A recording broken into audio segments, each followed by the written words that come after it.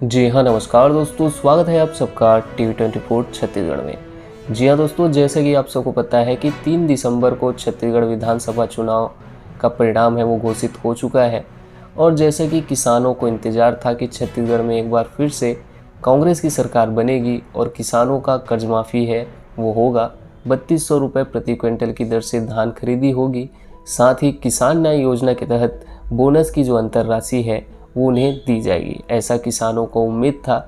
लेकिन किसानों का जो ये उम्मीद है वो धरी की धरी रह गई, क्योंकि इस बार के विधानसभा चुनाव में बुरी तरीके से कांग्रेस है वो पराजित हुआ है और किसानों का ये जो सपना है वो टूटा सा रह गया है।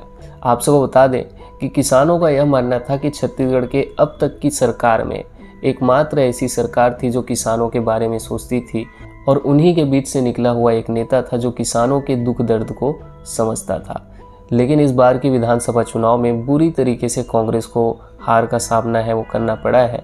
अब हार की वजह क्या थी ये तो निकल कर के सामने नहीं आ पाई है अभी तक, लेकिन हम इन दोनों पार्टियों की, बीजेपी और कांग्रेस की घोषणा पत्र का अगर तुलना करें, बीजेपी के घोषणा पत्र से ज़्यादा ही आपको कांग्रेस के घोषणा पत्र में मिलेगा। चाहे वह धान का समर्थन मूल्य हो, बोनस की राशि हो, किसानों का कर्ज माफ़ी हो, भूमिहीन किसानों की कर्ज माफ़ी हो, महिलाओं को 15,000 रुपये सालाना देने की बात हो, इन सारी घोषणाओं में जो कांग्रेस का घोषणा पत्र है वो कहीं ज़्यादा निकल करके सामने है वो आती है।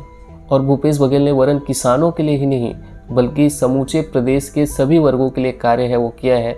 किसानों का तो आप सबको पता ही है, और देखा जाए तो ज़मीनी स्तर पर एक अच्छा कार्य है वो भूपेश बघेल ने छत्तीसगढ़ के लिए किया था। और अभी हाल ही में भारत सरकार के एक सर्वे में यह भी निकल करके सामने आया था कि जितने भी 28 राज्य के जो मुख्यमंत्री हैं उनमें टॉप 5 में भूपेश बघेल का नाम था और उन्होंने ज़मीनी स्तर पर छत्तीसगढ़ के लिए एक अच्छा कार्य है वो किया।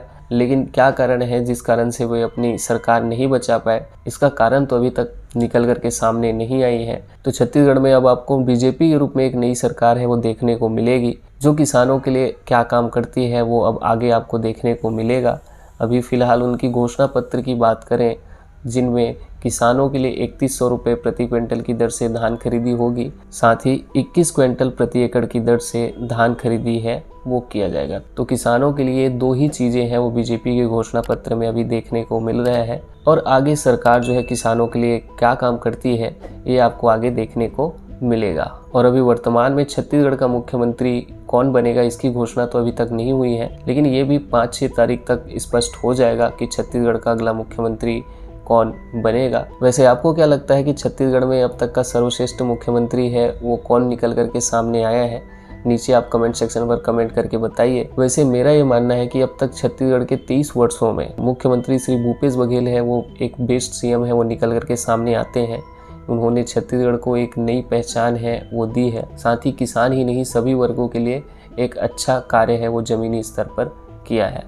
आपका क्या राय है नीचे कमेंट सेक्शन पर कमेंट करके बताइए, और अपने अन्य मित्रों तक खबरें हैं वो ज़रूर शेयर कीजिए ताकि उन्हें भी इस बारे में जानकारी हो।